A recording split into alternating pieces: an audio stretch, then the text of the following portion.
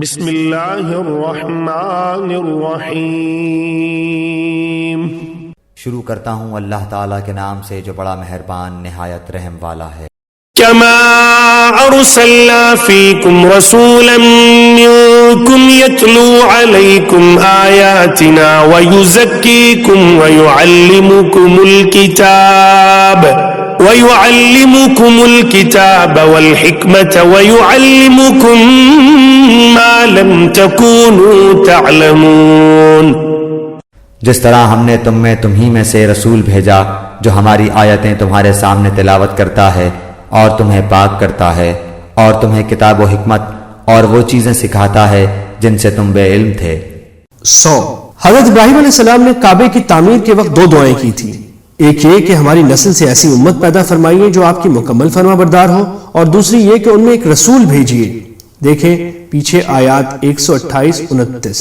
اللہ تعالیٰ نے پہلی دعا اس طرح قبول فرمائی کہ امت محمدیہ علیہ صابح السلام کو معتدل امت قرار دے کر پیدا فرمایا۔ دیکھیے آیت 143۔ اب اللہ تعالیٰ فرماتے ہیں کہ جس طرح ہم نے حضرت ابراہیم علیہ السلام کی دعا قبول کرتے ہوئے تم پر یہ انعام فرمایا کہ تمہیں معتدل امت بنا کر آئندہ ہمیشہ کے لیے انسانیت کی رہنمائی تمہیں عطا کر دی، جس کی اہم علامت یہ بھی ہے کہ ہمیشہ کے لیے کعبے کو قبلہ بنا دیا گیا ہے۔ اس طرح ہم نے حضرت ابراہیم علیہ السلام کی دوسری دعا قبول کرتے ہوئے رسول اکرم صلی اللہ علیہ وسلم کو تمہارے درمیان بھیج دیا ہے، جو انہی خصوصیات اور فرائض منصبی کے حامل ہیں جو حضرت ابراہیم علیہ السلام نے ان کے لیے مانگے تھے۔ ان میں سے پہلا فریضہ تلاوت آیات ہے۔ اس سے معلوم ہوا کہ قرآن کریم کے آیات کو تلاوت کرنا بذات خود ایک مقصد اور ایک نیکی ہے، خواہ وہ تلاوت بغیر سمجھے کی جائے، کیونکہ قرآن کے معنی کی تعلیم آگے ایک مستقل فریضے کے طور پر بیان کی گئی ہے۔ دوسرا مقصد قرآن کی تعلیم ہے۔ اس سے یہ بات واضح ہوتی ہے کہ حضرت صلی اللہ علیہ وسلم کی تعلیم کے بغیر قرآن کریم کو ٹھیک ٹھیک سمجھنا ممکن نہیں، اور یہ کہ صرف ترجمہ پڑھ لینے سے قرآن کریم کی صحیح سمجھ حاصل نہیں ہو سکتی، کیونکہ اہل عرب عربی زبان سے خوب واقف تھے، انہیں ترجمہ سکھانے کے لیے کسی استاد کی ضرورت نہیں تھی۔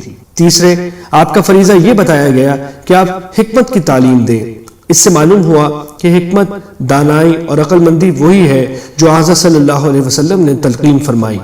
اس سے نہ صرف آپ کی احادیث کا حجت ہونا معلوم ہوتا ہے، بلکہ یہ بھی واضح ہوتا ہے کہ اگر آپ کا کوئی حکم کسی کو اپنی عقل کے لحاظ سے حکمت کے خلاف محسوس ہو تو اعتبار اس کی عقل کا نہیں بلکہ حضرت صلی اللہ علیہ وسلم کی سکھائی ہوئی حکمت کا ہے۔ چوتھا فریضہ یہ بتایا گیا ہے کہ آپ لوگوں کو پاکیزہ بنائیں۔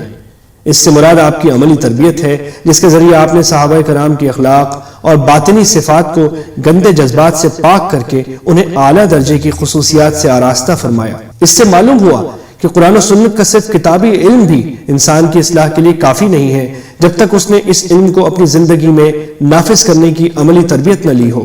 حضرت صلی اللہ علیہ وسلم نے صحابہ کو اپنی صحبت سے سرفراز فرما کر ان کی تربیت فرمائی، پھر صحابہ نے تابعین کی اور تابعین نے تبع تابعین کی اسی طرح تربیت کی، اور یہ سلسلہ صدیوں سے اسی طرح چلا آتا ہے۔ باطنی اخلاق کی اسی تربیت کا علم علم احسان یا تزکیہ کہلاتا ہے، اور تصوف بھی در حقیقت اسی علم کا نام تھا، اگرچہ بعض نااہلوں نے اس میں غلط خیالات کی ملاوٹ کر کے بعض مرتبہ اسے خراب بھی کر دیا، لیکن اس کی اصل یہی تزکیہ ہے جس کا ذکر قرآن کریم نے یہاں فرمایا ہے، اور ہر دور میں تصوف کی اصل حقیقت کو سمجھ کر اس پر عمل کرنے والے ہمیشہ موجود رہے ہیں۔ فاذکرونی اذکرکم واشکروا لی ولا تکفرون۔ اس لیے تم میرا ذکر کرو، میں بھی تمہیں یاد کروں گا، میری شکر گزاری کرو اور ناشکری سے بچو۔ یا ایھا الذین آمنوا استعینوا بالصبر والصلاة ان اللہ مع الصابرین۔ اے ایمان والو، صبر اور نماز کے ذریعے مدد چاہو، اللہ تعالیٰ صبر والوں کا ساتھ دیتا ہے۔ اس سورت کی آیت نمبر 40 سے بنی اسرائیل سے متعلق جو سلسلہ کلام شروع ہوا تھا وہ پورا ہو گیا، اور آخر میں مسلمانوں کو ہدایت کر دی گئی کہ وہ فضول بحثوں میں الجھنے کے بجائے اپنے دین پر زیادہ سے زیادہ عمل کرنے کی طرف متوجہ ہوں۔ چنانچہ اب مختلف اسلامی عقائد اور احکام کا بیان شروع ہو رہا ہے۔ اس بیان کا آغاز صبر کی تاکید سے ہوا ہے، کیونکہ یہ دور وہ ہے جس میں مسلمانوں کو اپنے دین پر عمل اور اس کی تبلیغ میں دشمنوں کی طرف سے طرح طرح کی رکاوٹیں پیش آ رہی تھیں۔ اسی زمانے میں جنگوں کا سلسلہ بھی جاری تھا اور بہت سی سختیاں برداشت کرنی پڑ رہی تھیں۔ جنگوں میں اپنے عزیز رشتہ دار اور دوست شہید بھی ہو رہے تھے یا ہونے والے تھے، لہٰذا مسلمانوں کو تلقین کی جا رہی ہے کہ دین حق کے راستے میں یہ آزمائشیں تو پیش آنی ہے۔ ایک مومن کا کام یہ ہے کہ وہ اللہ تعالیٰ کی مشیت پر راضی رہ کر صبر کا مظاہرہ کرے۔ واضح رہے کہ صبر کا مطلب یہ نہیں ہے کہ انسان کسی تکلیف یا صدمے پر روئے نہیں۔ صدمے کی بات پر رنج کرنا انسان کی فطرت میں داخل ہے، اس لیے شریعت نے اس پر کوئی پابندی نہیں لگائی۔ جو رونا بے اختیار آ جائے وہ بھی بے صبری میں داخل نہیں۔ البتہ صبر کا مطلب یہ ہے کہ صدمے کے باوجود اللہ تعالیٰ سے کوئی شکوہ نہ ہو، بلکہ اللہ تعالیٰ کے فیصلے پر انسان عقلی طور پر راضی رہے۔ اس کی مثال ایسی ہے جیسے کوئی ڈاکٹر آپریشن کرے تو انسان کو تکلیف تو ہوتی ہے، اور بعض اوقات اس تکلیف کی وجہ سے انسان بے ساختہ چلا بھی اٹھتا ہے، لیکن اسے ڈاکٹر سے شکایت نہیں ہوتی، کیونکہ اسے یقین ہے کہ وہ جو کچھ کر رہا ہے اس کی ہمدردی میں اور اس کی مصلحت کی خاطر کر رہا ہے۔ ولا تقولوا لمن يقتل في سبيل الله أموات بل أحياء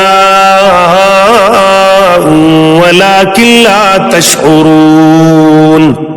اور اللہ تعالیٰ کی راہ کے شہیدوں کو مردہ مت کہو، وہ زندہ ہیں لیکن تم نہیں سمجھتے۔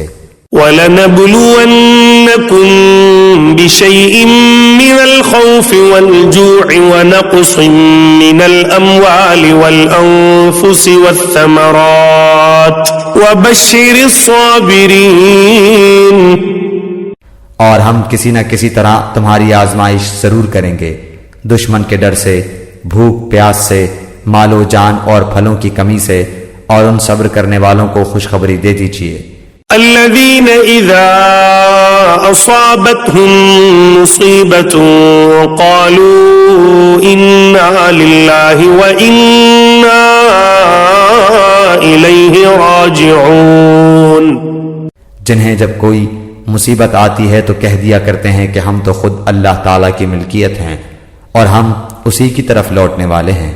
اس فقرے میں پہلے تو اس حقیقت کا اظہار ہے کہ چونکہ ہم سب اللہ تعالیٰ کی ملکیت میں ہیں، اس لیے اسے ہمارے بارے میں ہر فیصلہ کرنے کا اختیار ہے، اور چونکہ ہم اس کے ہیں اور کوئی بھی اپنی چیز کا برا نہیں چاہتا، اس لیے ہمارے بارے میں اس کا ہر فیصلہ خود ہماری مصلحت میں ہوگا، چاہے فی الحال ہمیں وہ مصلحت سمجھ میں نہ آ رہی ہو۔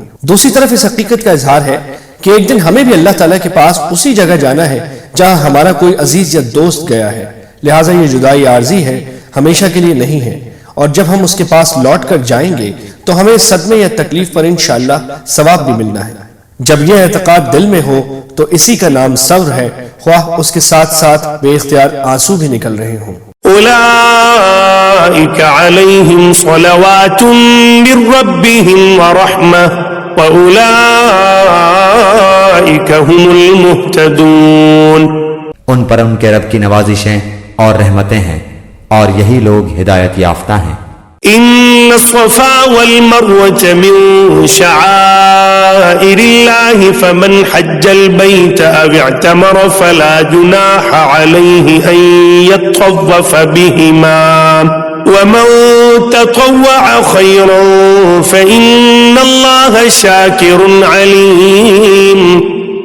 صفا اور مروہ اللہ تعالیٰ کی نشانیوں میں سے ہیں، اس لیے بیت اللہ کا حج و عمرہ کرنے والے پر ان کا طواف کر لینے میں بھی کوئی گناہ نہیں۔ اپنی خوشی سے بھلائی کرنے والوں کا اللہ قدردان ہے اور انہیں خوب جاننے والا ہے۔ صفا اور مروہ مکہ مکرمہ میں دو پہاڑیاں ہیں۔ جب حضرت ابراہیم علیہ السلام اپنی اہلیہ حضرت ہاجرہ کو اپنے دودھ پیتے صاحبزادے اسماعیل علیہ السلام کے ساتھ چھوڑ کر گئے تو حضرت ہاجرہ پانی کی تلاش میں ان پہاڑیوں کے درمیان دوڑی تھی۔ حج اور عمرے میں اللہ تعالیٰ نے ان کے درمیان سعی کرنا واجب قرار دے دیا ہے۔ اگرچہ سعی واجب ہے مگر یہاں کوئی گناہ نہیں کے الفاظ اس لیے استعمال فرمائے گئے ہیں کہ زمانہ جاہلیت میں یہاں دو بت رکھ دیے گئے تھے جو اگرچہ بعد میں ہٹا لیے گئے، مگر بعض صحابہ کو یہ شک ہوا کہ شاید ان پہاڑیوں کے درمیان دوڑنا جاہلیت کی نشانی ہونے کی وجہ سے گناہ ہو۔ آیت نے یہ شک دور کر دیا۔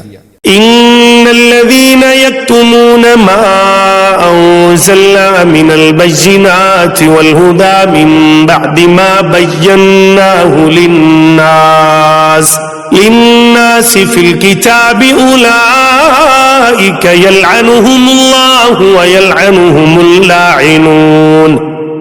جو لوگ ہماری اتاری ہوئی دلیلوں اور ہدایت کو چھپاتے ہیں باوجود یہ کہ ہم اسے اپنی کتاب میں لوگوں کے لیے بیان کر چکے ہیں۔ ان لوگوں پر اللہ کی اور تمام لعنت کرنے والوں کی لعنت ہے۔